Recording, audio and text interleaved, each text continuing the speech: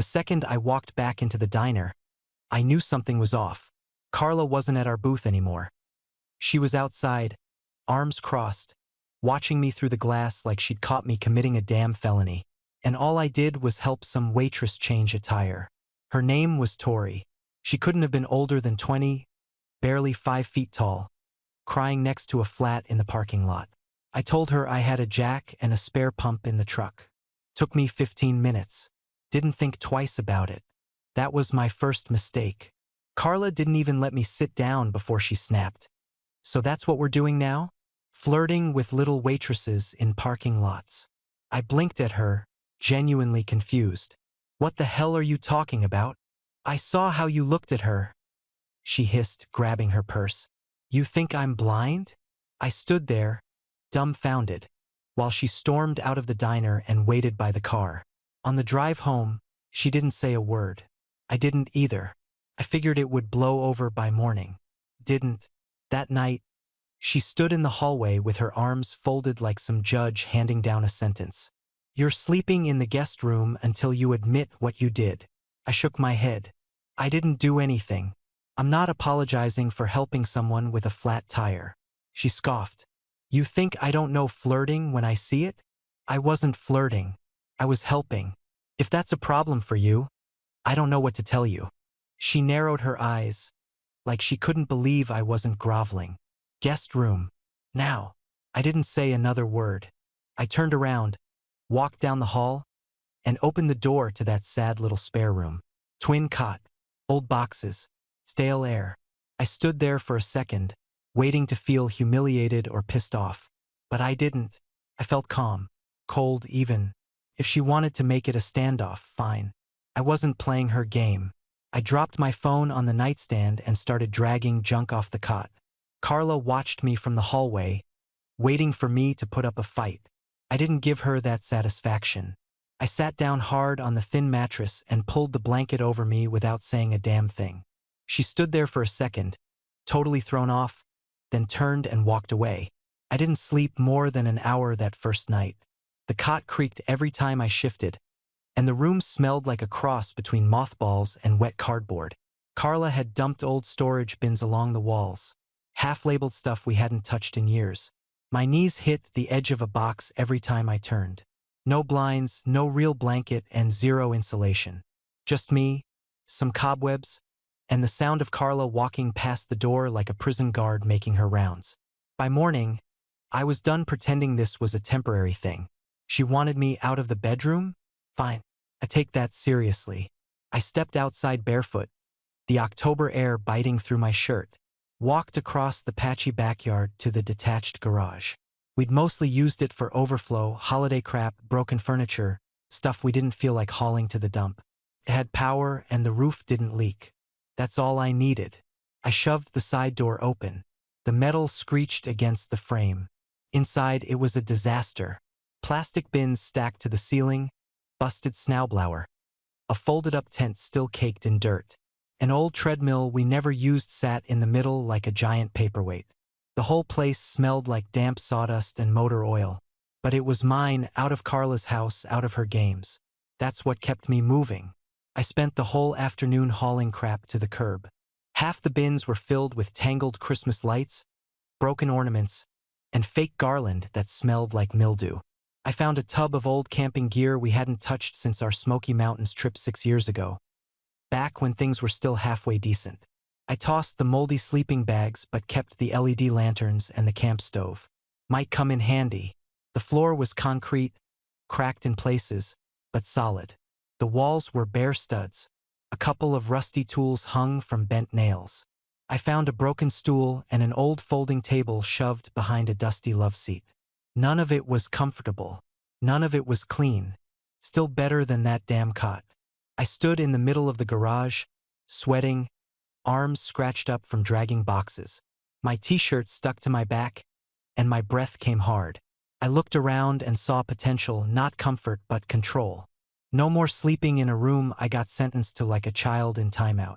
If I was going to be exiled, I'd build my own outpost. I pulled out my phone and started ordering. A cheap twin mattress, memory foam, nothing fancy. a plug-in space heater with an automatic shutoff, a weatherproof extension cord. Then I searched for heavy-duty locks, big ones with keypads. If I was gonna make this space mine, it had to be mine. The master bedroom Carla kicked me out of had a memory foam king, blackout curtains, and an ensuite bathroom with heated tile. All things I paid for, but apparently didn't have access to anymore. This garage? Bare bones. Cold. Dirty. But I didn't need comfort. I needed space that was mine, where her mood swings didn't decide if I got to sleep. By nightfall, I had cleared out a decent chunk of the back wall. I swept the floor with a broken broom, just enough to see the concrete. I moved the folding table near an outlet and plugged in one of the camping lanterns. It gave off a soft white glow, barely enough to see, but better than nothing. Carla didn't say a word when I came back inside to grab a pillow and my phone charger. She stood in the kitchen, arms crossed again, watching like I was building a bunker. Maybe I was.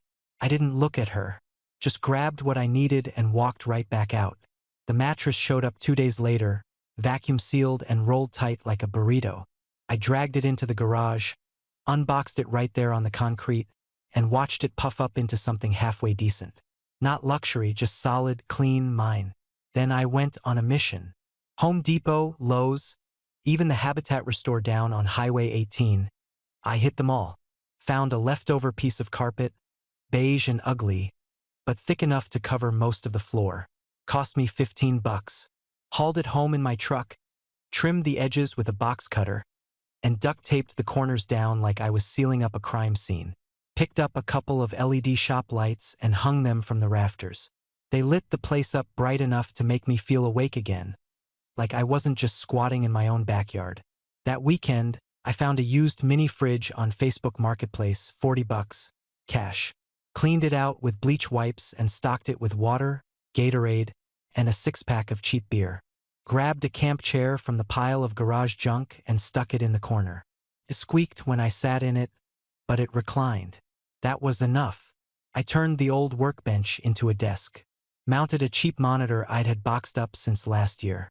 Hooked up a keyboard, mouse, Bluetooth speaker. Plugged in a power strip and routed the cords under the table. It wasn't pretty, but it worked. Insulation came next. Foam board between the studs, weather stripping around the garage door, even nailed an old blanket over the window. The heater I ordered kicked on and actually held the warmth in. By the end of the week, the place didn't feel like a shed anymore. Felt like a room. My room. Carla noticed. She came outside one afternoon while I was grilling a couple burgers on the portable propane pit just outside the garage door. She leaned on the railing, arms crossed. That was her go-to move now. "So what's the plan here, Jesse? Gonna live out here like some hermit? You waiting for me to come drag you back inside?" I didn't even turn around. "I'm good out here." She gave a short laugh. "Seriously? You think this is normal? Crawling into your man cave like a sulking teenager?" I flipped the burgers and said nothing. "You're being ridiculous," she muttered, and walked back inside. I cracked open a beer, sat in my squeaky chair, and played music off my phone. Didn't even look at the house. Didn't need to. Next day, I ordered a Wi-Fi extender and a pair of noise-canceling headphones. Installed both that night. Now I could stream music, watch YouTube, and tune out Carla's footsteps from the kitchen window. Evenings became mine again. Cook out there, eat on a folding tray, then kick back at the desk and lose myself in games or videos. No TV blasting. No tension. No weird questions. No bedroom door slamming behind me like a warning shot. She'd try to bait me sometimes. Snarky little comments in passing. "So this is permanent now? I should stop washing your sheets, right? You gonna start hoarding canned food next?" I didn't give her the fight she wanted. Just nodded or kept walking.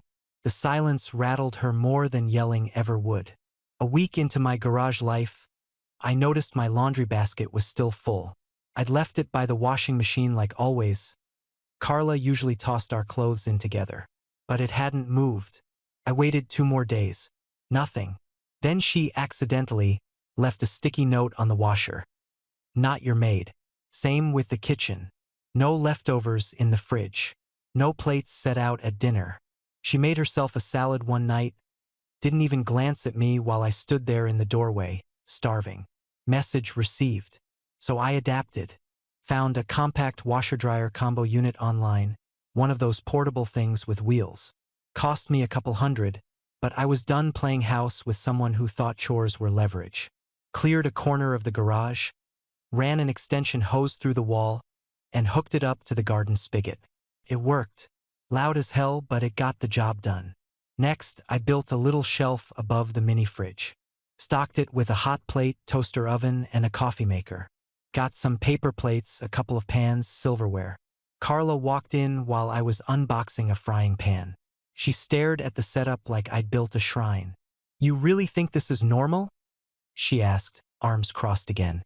"You're playing bachelor in the damn garage." I looked her dead in the eye. "I'm just taking care of myself." She scoffed and walked off without another word. That Saturday, I walked in from grilling lunch to find her sitting at the kitchen table, dressed like she was headed to church. Across from her sat her cousin Mel, middle management at a tech firm, always talking about emotional maturity like it came out of a TED Talk. "We need to talk," Carla said. Mel cleared her throat. "We just want to open a dialogue, Jesse. Find some common ground." I didn't sit, just leaned on the counter and waited. Carla started in fast. "This whole garage thing, it's ridiculous. You're isolating yourself and it's damaging the family dynamic. It's not sustainable." I tilted my head. "You kicked me out of the bedroom. I made space where I could." Mel jumped in. "She didn't kick you out. It was a request for space." "No, I cut in," she said, quote, "You're sleeping in the guest room until you admit what you did." I didn't, so I moved on. Carla's eyes narrowed. "You're twisting this." Mel looked uncomfortable now. She glanced at Carla, then back at me. "Jesse, do you want to fix things?" I shrugged. "Sure, but I'm not apologizing for something I didn't do. And I'm not going to beg to sleep in my own house like a dog on a porch." Silence. Carla fidgeted with her sleeve. Mel looked between us, clearly regretting every second of this meeting. "Well," she said finally, standing up, "I think we're just going to let things cool down." I nodded. "Sounds good." Carla didn't follow her out. She stayed seated, jaw tight, hands clenched on the table. I grabbed a banana from the counter and walked right back out to the garage. I had just finished a load in the little washer-dryer when Carla came stomping into the garage like she owned the place. Her heels clicked on the concrete. "You need to stop using the master bathroom," she said flatly. "It's mine now." I looked up from folding my t-shirts. "Excuse me?" "You heard me. I'm tired of you tracking dirt in from this workshop or whatever you're calling it. From now on, I'm the only one using that bathroom." I stared at her for a beat, then nodded once. "Okay." That caught her off guard. "Okay? Yeah, okay." I went back to folding my shirts. She stood there, waiting for a fight, then turned on her heel and slammed the door. I didn't fight her. I adapted. On the far side of the garage was a little lean-to shed, originally meant for garden tools. It had a door, a window, and just enough room for a lawnmower and a rake. I cleared it out in an hour, hauled everything into the yard, sprayed down the walls with bleach water, and left the window open to air it out. Next day, I drove to a camping supply store and bought a composting toilet and a portable sink with a water jug. Set them up side by side. Ran a hose from the garage spigot through a hole I drilled near the baseboard. Not perfect, but it worked. I sealed the floor with vinyl squares and put down a small rug. Picked up 2 solar lights at Walmart and mounted them above the window so the place glowed warm at night. Then I bought a couple of plush gray towels, a bamboo mat, and a fake plant for the corner. By the end of the week, the shed didn't feel like an outhouse. It felt like a tiny private bathroom. It was mine. Again. Carla didn't say anything for 2 days. She just watched me from the kitchen window, arms crossed. One night she left the blinds open while I came out of my new bathroom in a fresh t-shirt, hair wet from the portable sink. Her face was tight, like she'd bitten into something sour. Inside the house, things shifted. She'd stop by the hallway bathroom and see it empty, but dirty, because she was the only one using it now. I heard her banging around in there one afternoon, cursing under her breath while she scrubbed the sink. Later that night, while I was sitting in the garage scrolling on my phone, the kitchen window was cracked. Her voice drifted out clear as day. "I don't get it, Mom," she hissed into her phone. "He just won't break. It's like he's comfortable out there. Like he's winning." I froze, thumb hovering over the screen. She sounded frustrated, not sad, like a general losing ground. Her mom said something muffled. Carla snapped back, "No, I'm not overreacting. He's making me look like the bad guy. He's acting like nothing's wrong." I stayed quiet, just plugged in my headphones and turned the music up. No point in letting her know I heard. Out in my shed bathroom later, the solar lights glowed soft yellow against the vinyl floor. I hung the towels neatly on a hook, set my toothbrush in a little cup, and locked the door behind me. Next morning, just after sunrise, someone pounded on the garage door like the place was on fire. I sat up fast, heart racing, threw on a hoodie and opened it halfway. Carla stood there in leggings and a blouse, coffee mug in one hand, phone in the other. "I need the garage," she said. I squinted at her. "For what?" "I'm working from home starting this week. My boss said I need a dedicated space for client calls." She looked past me like she was already planning where to put her desk. "The garage makes the most sense." I stepped fully into the doorway. "Not happening." Her eyebrows shot up. "Excuse me? This is my space now," I said. "I cleaned it, insulated it, furnished it. You kicked me out. You don't get to claim it just because it's convenient." She rolled her eyes. "Don't be dramatic. I let you stay out here to cool off." "No, you dumped me in the guest room like a punishment." I cut in. "So I built something better. That's on you."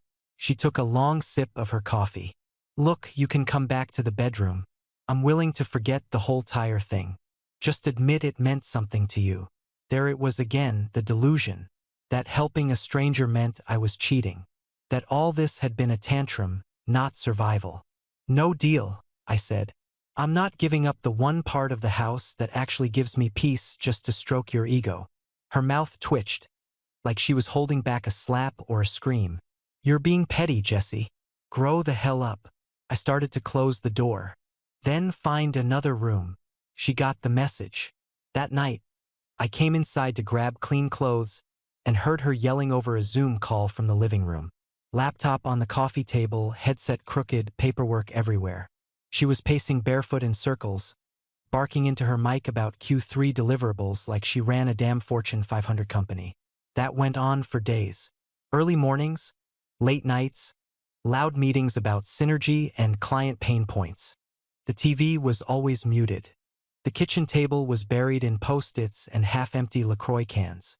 She snapped at me when I crossed behind her camera during a video call. "You're ruining my presentation," she hissed.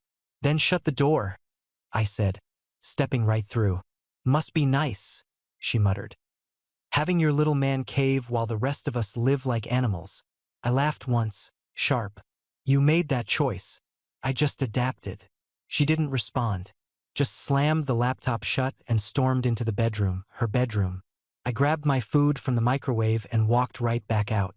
I came back from the grocery store and something felt off. The garage door wasn't fully shut.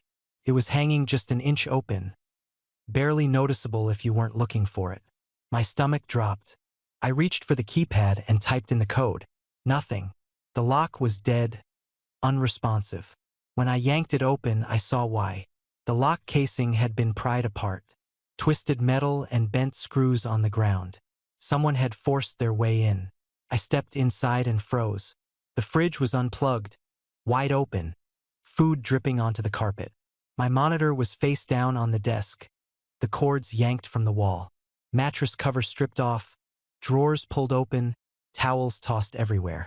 Even the camping stove was missing. There was a piece of paper taped to the wall, printer paper, black ink, crookedly cut. Routine property check. No cause for alarm. Bullshit. I stood there a full 30 seconds before pulling out my phone.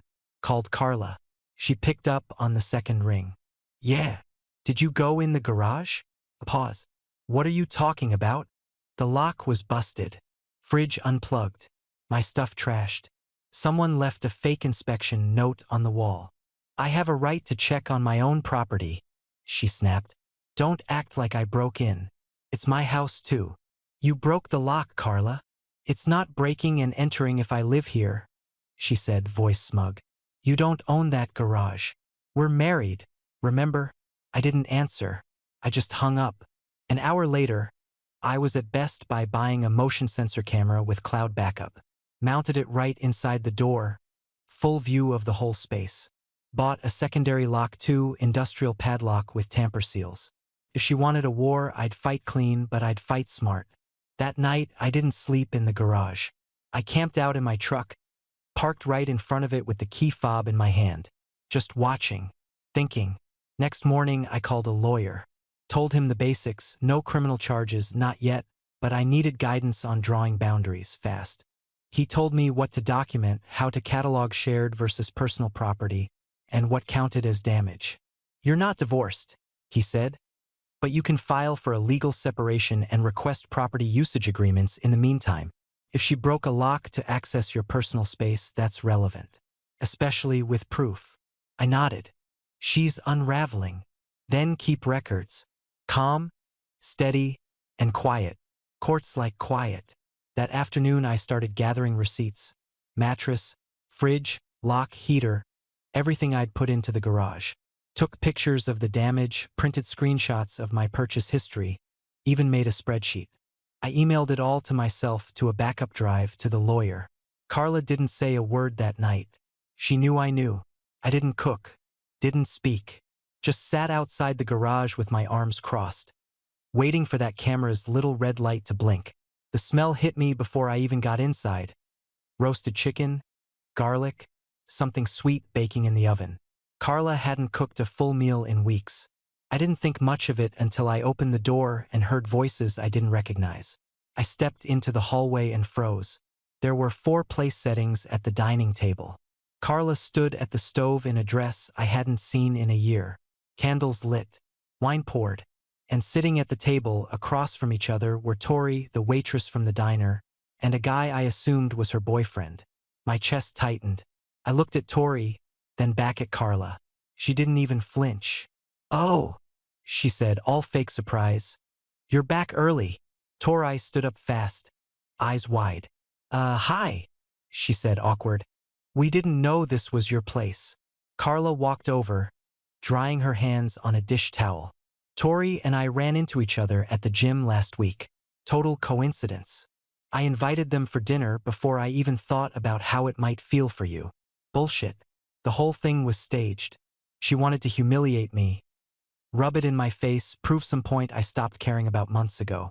I nodded once. Hope you enjoy the meal. Then I turned, walked right back out the door. Didn't slam it. Didn't say a word. Just left. 2 minutes later, I heard the front door open. Tori's voice, low and uncomfortable. We're gonna head out, Carla. Sorry. By the time I made it back to the garage, Carla was on the warpath. She stormed in without knocking, mascara smudged, wine glass still in her hand. You embarrassed me in front of them, she snapped. You walked out like some dramatic martyr. You set that whole thing up, I said calmly. You think I don't see it? You invited the girl you accused me of flirting with into our house and acted like it was some innocent little dinner party. Her lip curled. I wanted to see what you'd do. And now you know, I said. This was your final stunt. I'm done. Her face cracked for the first time, voice shaking now. You're really gonna just give up on us over a meal? No. I gave up on this when you started locking me out, trashing my stuff, and treating me like a squatter in my own life. She looked around the garage, taking it all in like it was the first time she actually saw it. The chair, the fridge, the mattress, the hooks on the wall. Her face broke open then, tears, real ones. I didn't want it to get this far. It got this far because you needed control more than you wanted a husband. She wiped her face and sniffed hard. I'm staying at my sister's tonight, just so you know. I didn't say anything. She stood there like she was waiting for me to chase her. I didn't move. After a few seconds, She turned and left. 3 days later, I was out back cleaning the grill when I heard the rumble of a diesel engine coming up the driveway. I turned around and saw a moving truck pull up behind Carla's car. Her brother, Tom, hopped out. Big guy, always red in the face, like he was born pissed off. Carla stepped out behind him wearing sunglasses and that stone-cold look she got when she'd already decided she was right, no matter what came next. Tom didn't even say hi, just walked straight past me and opened the tailgate. Carla looked me dead in the eye. "I'm taking what's mine." I didn't flinch. I already made a list. Receipts are in the kitchen. Everything's labeled. She sneered. "I don't need your list." I followed them inside. She went straight for the couch, pointed. "That's mine. We bought it with my Christmas bonus." I didn't argue, just took out my phone, hit record, and started documenting. Tom glared at me, but I didn't care. Carla moved fast, silverware, half the plates, the vacuum, even the toaster. I kept my mouth shut and let her play scavenger. But when she walked out toward the garage, clipboard in hand, I cut her off. "Not a chance." She raised an eyebrow. "Excuse me? You're not taking anything from the garage." "I live here too, Jesse." I pulled the paper from my back pocket. "This says otherwise. Legal notice. Filed with the lawyer last week." She snatched it out of my hand, scanned the page. "You're bluffing." "I'm not. This space is legally defined as mine during separation. You break in again, it's trespassing and property damage. Like last time when you busted the lock. That's documented." Tom stepped between us. "Are you accusing my sister of breaking the law?" "I'm saying she forced her way into a locked space and trashed it. I've got the footage, the damage, the receipts, and now I've got the paperwork." Carla's mouth opened, but nothing came out. Tom looked at her, waiting. She deflated. "This is petty," she said finally. "You'd rather lose your marriage than just admit you were wrong about that girl?" "I'd rather keep my peace than keep begging for dignity in my own house." She shook her head, voice wobbling. "You don't mean that." "I do. The divorce papers were filed this morning. They'll be served by next week." She blinked hard, like she was waiting to wake up from the dream. Tom spoke first. "Let's just get the truck loaded." Carla turned without another word. I stood in the doorway while they packed the rest. Bedroom set, blender, framed wedding photo she pulled off the wall without looking at it. No yelling, no breakdown, just the cold shuffle of endings. The truck pulled away just after sunset. Carla didn't say goodbye, just climbed in, slammed the door, and stared straight ahead while Tom drove them off. I stood at the edge of the driveway until their taillights disappeared. That was it.